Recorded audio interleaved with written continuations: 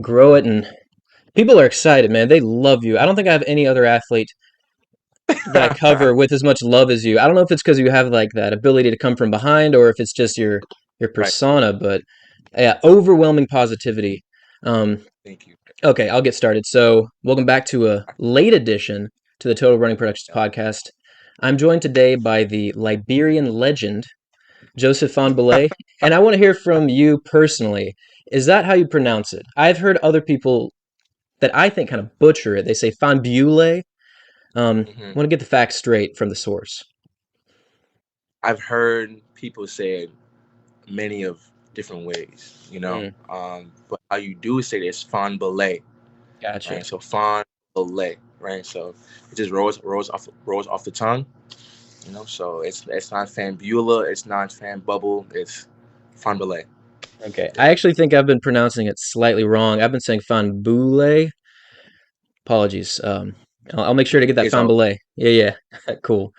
All right. So, talk me through the past 3 days. We were just talking. You did 5 races in 3 days. You had 2 races in the 100 meters. Huge PR, by the way. Congrats on that. 2 races in the thank you. 200 meters. All time best, albeit wind dated, but I mean, no one has to know about Yeah, that. And qualification yeah. for the NCAA's in the 4x1. How are you feeling, and how do you assess the preliminary rounds? I feel good, and knowing that I will have a workload. I set myself up on Monday and Tuesday. I got some good sleep. I drank water. I ate well, right? So that's what I did to set myself up for Wednesday and Friday. How do you assess the rounds? Is just do your job, survive, and advance. You Mhm. know, Obviously the goal is to win your heat. If you win your heat, no stress at all, right? So that's the whole main goal. You know, it's just to win your heat, move on, and then in finals, right? You have to go out there and go run fast one time for the one time to make it. There Mhm. is no there is no sorry, I got a call. There is no Yeah, it's all two good. weeks if there's no today. You know Mm. what I'm saying? So that's what Yeah, coach that's what today. And with that mindset, we just went out there. Me and Dedrick been over. We went out there and we did our thing. nice. So you mentioned you survive and advance through each race. Would you say there's a big difference between round one and the quarterfinals? Because um, you actually ran very similar times in the 100, but when it comes to the 200, you dropped a lot more time lower on the second race. Do you kind of go into both races with a similar mentality, or is the quarterfinals more like, okay, this is the last race before nationals. I'm going to amp it up from a 9, maybe to a 9.5. How do you go into the quarters? I go into the quarters. I don't go into the quarters as they are quarters. Mm, I go into the 100 as the workload. The 4x1 is the fun part. It gets your nervous system open, loose, firing. Right. The 100 is where I have to really lock in and really focus and try my hardest. And then the 200, right, is where I get to have fun. Because that's my race. I like to run for a longer time. mhm. But not the first round. It was just surviving advance. The 20.2 was a chilled race. The 10:04 was a big PB because I needed to get to the final round, right? So I had to survive, right? It was do or die, right? And then coming in today, like I said, the relay was a fun thing, right? The 100 was I gotta go. I gotta go. And once I made it and once I got through, the stress and workload was off of me. Right. And I was like, all right, cool. Now it's my 200. Now I get to have fun. I get to relax and race.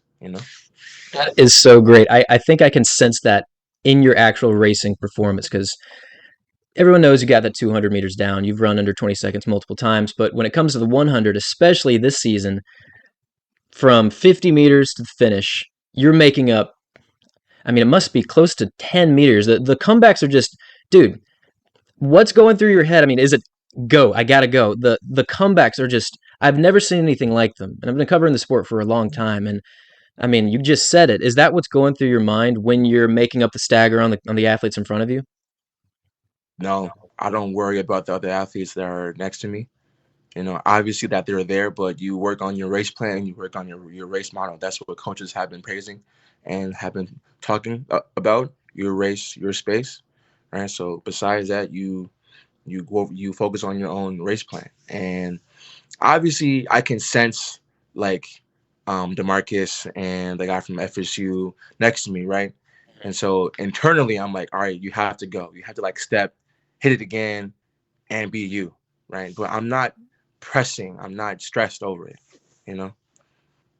It's awesome. Yeah, it's pretty unique. I'm happy to hear that you are able to zone out, not forget about the other athletes, but it's, it's like a matrix. I'm still Yeah. fascinated by the fact you make up so much ground. But so moving outside of your own personal stagger that you make up, I wanted to touch on Florida this season. Uh, One of the best sprinting teams I've ever seen put together. You guys broke the 4x4 national record. You Yep. just have some studs: Champion Allison, Ja'Cory Patterson, yourself. What's the feeling like in practice and at competitions as a team, from your perspective? From my perspective, I always see them work hard, right? It's always you don't want to get beat attitude, so we put in the work. They are honestly they are the most hardest working individuals I've ever been around. You know, especially Champ and Ryan, right? They work their asses off. Sorry for my You can language. curse. It's They cool. work This isn't my complete YouTube page where cursing's prohibited. You can curse. they work their asses off, and I can see it in practice, right? When it comes to a 350 or a 300 or a broken quarter, right? The whole team, Ryan Willie, Ja'Cory Patterson, Jacob Miley, Champ Allison, right? They work so damn hard, and it's like we didn't put in all this work to do nothing with it, you know. As Champ ran a 44-3 split, you know, and Ryan ran, I think it was a 43 split, and Ja'Cory ran a dog split too. You know what I'm saying? Right? They all came in here and they needed to do what they had to do, and they did it. You know, it's like it's not. It's for us. It's just another day in the office when it comes to like a meet. Because we've been doing it in practice. Just do it when you have a jersey on. And when it comes to Dedrick and Tyler and PJ, the atmosphere is just electric, right? Happy, positive vibes. We push each other. We make little bets, you know what I'm saying, to just like get that little edge, right? We like shit talk, right? We just have this competitive drive as a whole unit to just win, you know, and it phases over to like the distance crew too, because some big distance guys stepped up, like Joe and Matt and Sam Austin, right? Sam Austin has been working his ass off since the fall, and I would not be surprised if Sam Austin drops a huge PB next year. I will not be surprised because of how hard he works this year. He was throwing up after every practice, and it's just amazing to see the dog ethic, the work ethic he just has, you know. So as a whole, as the whole Sprints crew, right, the whole vibe is just electric. Right, you work hard, you play hard, right, and us playing hard is us coming to a meet and winning. That's our version of playing hard. Nice. It seems like you guys are reaching a point where you had some momentum last season and really pulled out some great performances. Obviously, your NCAA championship in the 200 was there, but it seems like you guys are poised as a team to really challenge for a top position. And um, like you mentioned, like the everyone seems to be electric, and you could really feel that during the 4x4 national record. Um, how do you see your team as a whole performing at NCAA at the championships? I see us doing well. We don't fold under pressure. No one does. You know, not D, not I, not Champ, especially neither Chakori or Ryan or Miley. No one folds, right? And so you would see some big performances by all of us. Um, coach always says to us, we don't act surprised when you run the time that you ran. Because in practice we do it all the time, right? It's just at a meet we just got to do it, right? So Does that yeah. explain the stoic, poetic finishes that you have? Because there's a lot of people that they'll finish and they'll look shocked. Other people will finish and they'll fall to the ground. Whereas with you last season and when you won the NCAA's, I caught you doing you know straight faced, not surprised, just looking. That was an expectation you had. So I'm assuming that comes from a practiced area. uh, I Actually, loved it, by the way. coach told me in because at for the relays, I ran 2010, and I was too hyped, right? My friend Cam came down and was like, hyping me up on the track and whatnot. And coach was like, never do that shit ever again. And so I was like, okay, fine. That's fine by me. That's fine by me. And so I made sure when I crossed the line, I didn't show no smile, no expression, just stoic, and like move on. I was not shocked that I won. I wanted to win and I was going to win, you know, but at the same time, the kid in me wanted to like do a little lap and say hi to the fans and whatnot, but you know I was just following what coach said to do.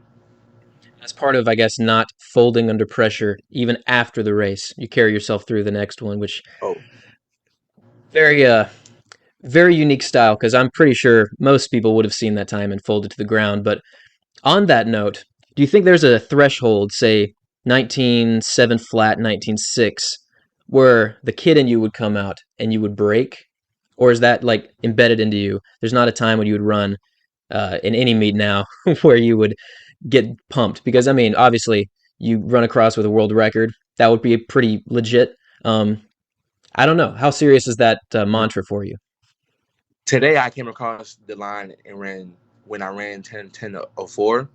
I screamed, and there's a picture on Gators TF of me like expressing it, because this year coach is like, you are so mean. We have like a resting bitch face, and it's like, coach, I'm just trying to lock it in, So I'm trying to be more expressive. And today I was shocked when I ran 1985 because I thought that I ran slow, This and so I guy was right here, like, huh? yeah, yeah, that picture, I love it. that I'll give that picture, a like. and thank you. And then I was shocked. I did do a face of shock when I did see my time of 1985. But when it comes to like big meets, I'm not. It's always going to be a this, move on, right? Yeah. Because I can't be I can I can of course enjoy the small things and enjoy the little victories, but at the same time, if let's say that I do run 19.5, 19 like what 4, right? I'm still chasing that 19.1, right? And so when I do chase that 19.1, you know, then I will show like full emotion because I just ran 19.1, and then I would take what a month to like express my joy, and then I'll be back grinding to get a 19 flat. You know what I'm saying? Yeah, the So job's it's not like, done yeah, until it's done. that's what I'm saying, right? Job not done until it's done. Yeah, I'm happy like where I'm at now, but I still got a long journey ahead. Mhm. So you mentioned something really unique that I think kind of fits in with this. Uh, job's not done until it's done. After your SEC qualifying race in the 200, I believe. You were being interviewed, and you're asked about your Olympic experience, and I believe he asked you, did you gain a lot of great experience that's helping you now? And the expectation, I think, from everyone was you would say, "Oh yeah, the Olympics were super helpful to me," but you actually said no because right now, it's a completely different season. Your training's different. It's just separated from that. Do you really not have any carryover from Tokyo, or or is that just the mindset you were in that you were in competition? I carry over experience. I really do. You know, Mhm. uh, it's completely different when everyone you see at the warm up track for the Olympics is the best in their country. There was no field spread, and especially in my the finals, right? The finals there was no field spread of 19.9 to 20.5. It is we are all under sub 20. We have all ran under sub 20, and we're all really good. Some of us 19.5, and some of us like me 1991. But I do carry experience. You know, I carry the experience of not worrying about where everyone else is at in a race. I carry that experience from nationals last year. Where Sean came up on me and Terrance ran right by me, right? I was like, okay, that's fine. You know, I know my finish is great, and I know that no one. See the Mike Marsh. He came to one of our practices and he told Coach Holloway this, and Coach Holloway told me, no one wins a medal at 30 meters. You know, so why am I worried about what people are doing at 30 meters when I have another 170 left or a 70 left to go? They win medals when you finish the full 100, the full 200, or the full 400 meters. You know what I'm saying? So it's like, and I also do carry experience from the Olympics with my nerves. You know, Mhm. this season has taught me how to take control of my nerves because people often don't look at the mental aspect of track and field. Because your body can be ready to run 19.9 or 19.1, but if your mind's not there, you're not going to do it. So For sure. me being more relaxed or more trusting of coach has really been the big thing this year, and it's working now. Yeah, and speaking of the Olympics, I want to go back to that. Last year, you won the NCAA's, and from my perspective, you kind of fell off planet Earth for a few weeks. During that transition time between the end of NCAA's to the Olympics, when you were representing your home country of Liberia. Um, on World Athletics, it stated a very specific sort of change in your country that you were representing. I forget exactly what they said on their website, but basically it was starting June or July 31st, 2021, you would represent Liberia. Um, that whole process from the ending of NCAA's to the Olympics, as much as you can, walk me through what that transition was like. I got a um, who was it? Coach Sayon Cooper came up to me after New Balance Nationals in high school and asked me what my last name was and asked me where I was from. That was the first thing. Last year, after indoors, he contacted Coach Holloway and was like, I think Joseph should run for Liberia. But Coach Holloway was like, let's not talk about that now. It's the end of indoors. We have to get ready for outdoors. Right. As outdoors started to close, we started to talk about it more. Right. And I had to go get um, a passport, all that. But it wasn't really a hard thing to do. You know, uh, as you know, the U.S. is very competitive. Only three make it, right? the field can be from 19.5 to 19.8, and only three can go, Yeah. right? So for me to have a longer career and it'll be easier on my body, not having to peak twice in the span of 2 months, right? I chose to go with Liberia. Also because my mom and dad are from there, and I want to represent them the best way that I can. But it's not as hard of a process as you think it was. Mhm. You know, and when I fell off the face of the earth, I was just training. I was just training with Arion the Mhm. whole time. Oh, No you were meet. training with Ariane. Okay, cool. Oh no, yeah. Arion trains with us all the time. Gotcha. He is in Tampa because he is a high schooler, so he has to go to school, Yeah. obviously. But yeah, I was just training with Arion and Grant the whole time, and there was no meets. There was no, oh, coach, do you think I should run in a meet to keep me like race sharp? No, you're good. Like you're good, and I would do whatever coach says to do, you know. Of Gotcha. And speaking of the Olympics, I'm gonna ask a few more questions on that because it's fascinating to me. course. Um, I've heard from the grapevine one of the most difficult parts of the Olympics for a very select few is being the flag bearer.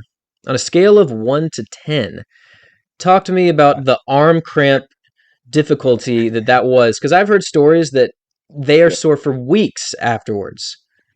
Yeah. Um, it wasn't bad. It wasn't bad at all. No, okay. First time holding a flag for that long, and the first time holding a flag that was that big, Hmm. obviously. Yeah. So I tried to space out my hands, as wide as I could, but it wasn't bad. Was walking, but I will say that when there was wind blowing, it was Hmm. hard to keep it upright the whole time, because I was stumbling a little bit. I had no experience holding a flag whatsoever. So it was like, I don't know if I should hold it up here or like hold it downwards. It was just bad. But, you know, luckily it wasn't long.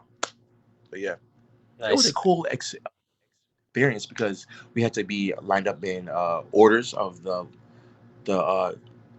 countries and stuff. And the big thing is pins, right? We had to exchange pins with like, I don't know who was there, but for example, Germany and like Denmark and like Sweden, right? We would just say, "Oh, I like your pen. Do you want to exchange pens?" And if you have extra pens to like give, we would just exchange.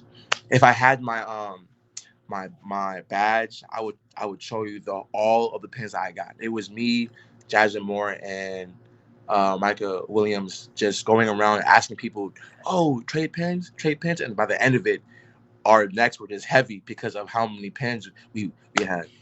That's a solid souvenir from the Olympics. You got multiple countries' Most pins. That's pretty cool. And yeah. speaking of Michael Williams, your boy just crushed a 986. Unreal. Legal win Uh, this time. Eagles win, and I watched I didn't watch. I looked at the results uh, from the prelims, and I was like 10-2. All right, Micah, cool. You're jogging Yeah. a 10-2. All right, cool. I was like, oh, is Micah hurt? You know, Hmm. because 10-2 for him is he's just jogging. Yeah. You know, but I'm Literally glad to jogging. see that. Yeah, yeah. Yeah, I was very happy because I've seen him. He's run under 10 seconds so many times. 983 at Mount Sac, and to see him Mm-hmm. get number three all time in the NCAA is Mm-hmm. fantastic. Um, but moving on to someone we were just talking about, Arian Knighton. Um, I am curious. So far this season, your PB is 1992 legally. You might have Mm-hmm. the best front row seat to what might be considered one of the greatest world junior records ever. Seeing Arion completely just explode out of the blocks and maintain the speed, which, by the way, I have watched that race probably 100 times, and I do think the last 50, once again, man, you're catching, you're making up some stagger on a Yeah. 1949, which is just incredible. But um, talk to me about how that race felt for you. Running a 1992, which is great, and also seeing Arion run a 1949 at 18. Right. the whole race. I knew that Arian was behind me and Dorian was in front. So my whole mentality was, don't let Arian get too ahead of you. Because his PB, his PR before that 1949 was 1986, I believe, right? And I was like, all right, cool. You just stick with Arian. You're good. But I was like, all right, cool. Arian's with me for like a few steps. And then he just kept on going. And I was like, go again. Like I told my body, go again. And I wasn't going. And then watching him just excel and just go and just put his arms down and just was just going, right? Was just going. It was something crazy. And obviously I got on the straightaway and my whole mindset was just catch him. You catch him, you run 19.9. You catch him, you run 19.8. So that's what I did. I believe if I had more rest, because it was a 1 day meet, and I did the 4x100 and then 200, right? If I had more rest, I'd be like what 19.8. But just seeing Ariane come around the curve, be with me, and then leave me, and then just him just keep on accelerating and accelerating. I was like, wow, what time would that be? What time is that? You know. Um, After that, obviously, I was upset because walked. I got walked by a high school kid, and I was obviously upset. Well, And I don't feel told too him, bad. All of the entire history of sprinters, other than three people, got walked by an 18-year-old. So, but it's different when he's in your heat and I mean, you train with him and you call him in high school and he shows you the chocolate milk carton that he's drinking out of. That's different. that Like me hits and Aaron, differently. Oh, that's yeah. great. So it's obviously, but nah, it was overall, man. It was a good experience.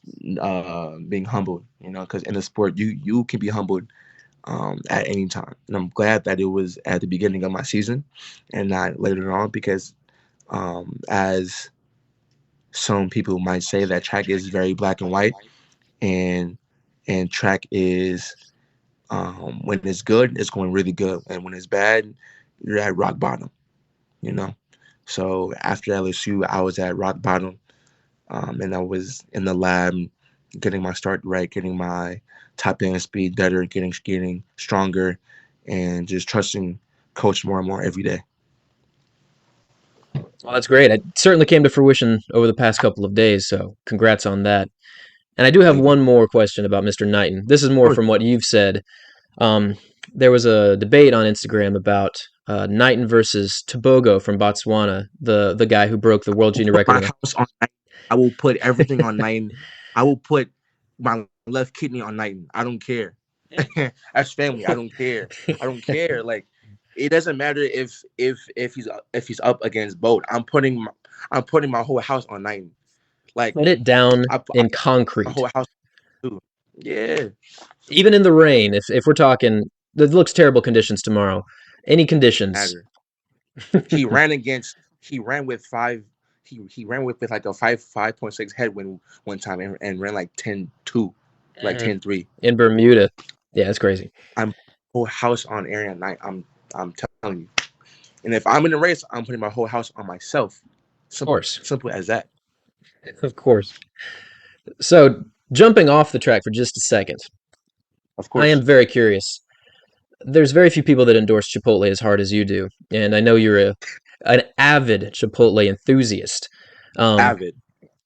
what's the frequency? Why do you love it so much? And what's Man. your go-to? The frequency and why I love it so much. I eat it probably 4 times a week. Um, That's a solid number. why Wow. that's really solid, right? Um, and I'm not endorsed by Chipotle. I'm not even. They don't Yet. even know my name yet. Thank you. Yet.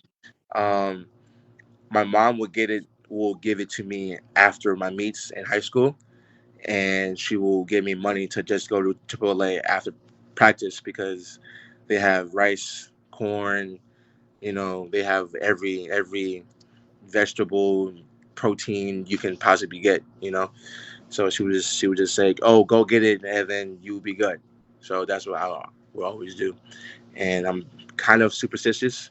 So after every good practice, I will go get a burrito, a double wrapped burrito with white rice, extra chicken, pico corn, cheese, and lettuce, with a large bag of chips and a lemonade. Because to me, I think honestly, Chipotle's lemonade is by far superior than anyone else's. Oh, the lemonade superior, huh? Yep. I have Yep. not tried the lemonade. I need to jump on that. I've eaten there many times, but I will have to try that next time I'm there. And honestly, you've chosen a pretty solid nutrition source for post workout, post meets, because I think you would probably get some negative feedback if the place was McDonald's or Burger King or some other place. I feel like Chipotle hits the nutrition labels pretty well, so It yeah, that does. and there's some nostalgia there, obviously beyond just you like it. It hits Yep. back to home, which is real. But also, are you ever the person to go in that knows how to order like 4 or 5 meals worth of food? I think it's the extra tortilla. You get the extra rice, and all of it is for the cost of one meal. Is that you sometimes, or do you just stick to the burrito?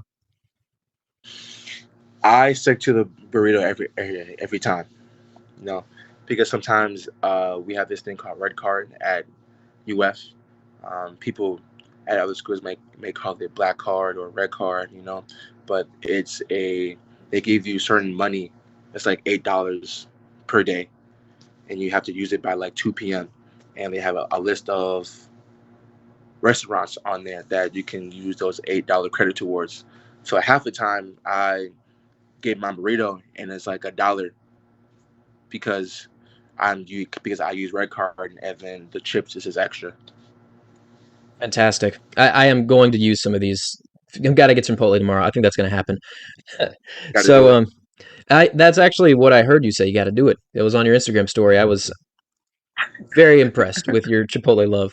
Um, so back to 2022. Um, you just finished your conference meet, your preliminaries. You're on to nationals. You're going to be competing in Eugene, Oregon, and then this year the World Championships are in Eugene, Oregon. Does your Yep. season include Worlds yet, or are you waiting for NCAA's first and see how you feel after?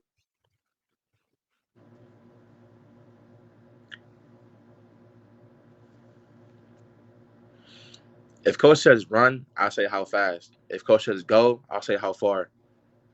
Simple. Coach has said focus up on nationals at the moment. If coach says go, I'll say how far. If coach says run fast, I say how fast you want me to run. Simple as that. I don't really have a. He is a man with a plan, you know, and you put 100% faith in him. Grant broke the indoor world record. Ariana ran 19.4. So who am I not to doubt? Who am I not to trust him? And who am I to like go off what he says? You know what I'm saying? Like, it's just Sure. a no brainer. You know? Yeah, having faith in a coach is one of the most important, if not the most important aspect to success because you have confidence and direction, and a good coach can make or break an athlete. And you certainly took the initiative today, and I was very impressed from your huge PB in the 100 to 1985 in the 200. You are clearly going in the right direction. Um, and come June 8th, I will be watching, and I'm really excited to see you defend your 200 title, and I'm excited to watch you run in the 100. Um, what are your Thank you, sir. expectations at nationals, and what are your expectations for the team? I have no expectations for nationals. Um, look, my high school coach said a record is a number of how much work ethic you put in. So you go in there expecting to run, I don't know, 9.6, and you run 10.2, like, and then you get like really distraught. there was no expectations. We don't chase times. We chase execution, because if you execute, then the times will come. You know what I'm saying? Like that's all that it is. For the team, I expect, if when you put on the jersey, you go out there and you give 100%. Simple as that. Like simple as that. You know. And coach always tells us, if you put on my jersey, you go out there and you compete with everything you got. And if you're scared, that's okay. We can be scared, right? But just don't go out there and be a little bitch and nut up. You know what I'm saying? Like let your nuts hang and go out there and be a man and just go crazy, right? Because you don't put in all the work in the fall to come to June, to come to nationals, and not let your balls hang. That's like that to me. That doesn't compute. It's I, I'm going over there and I'm running my heart out every race.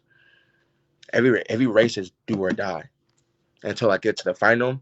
Then it's like, all right, look, I'm at the final. I'm gonna compete my ass off. Simple as that. Simple as that. Sometimes keeping it simple is the best solution, if not always the best solution. Man, I really enjoyed talking to you, and I've got some great insights on being in the matrix and focusing up. And I'm happy to hear that you're from your teammates to your coach. You have faith in them, and um, we'll be covering you. We'll be all over Thank you. nationals. One of my favorite races of the entire season. Um, and yeah, we'll leave it at that. Thanks for your time. Enjoy the rest until I have nationals, have one more thing. please. There is no bad blood between me and Matt. There is no rivalry between me and Matt. Rivalry. Me and Matt are cool. We're friends. You know what I'm saying? Yeah, Like, right. You know what I'm saying? Like, we are very competitive. And we want to win. So obviously we are going to go head to head every race. But there is no bad blood. There is no like, oh, Joe hates Matt. Matt hates no. I I would love never Matt, make and I'm any assertion like that. I don't know if I actually never heard any of the negativity in our video comments, but if that is out there, no, no, no. it's I'm just saying. dismantled now. I'm just I put that out there and just make it clear, because Matt's good. I'm good. Mike is good. Sean's good, and we're all friends. I think you just might have said the lineup for the 200-meter final in NCAA's, and you got all friends, which is great. Yeah, all friends. But when it comes down on the line, they're not my friend. Of course, Like, if you're trying and to win. Yeah, oh, most definitely got awesome. to do it. All right, man. Well, Thank you. have a good night, and yeah, you're welcome. I appreciate your time, and yeah, good luck at Nats. Thank you, sir. Thank you. You're welcome. And Thank you. also, I'll just cut the feed there, but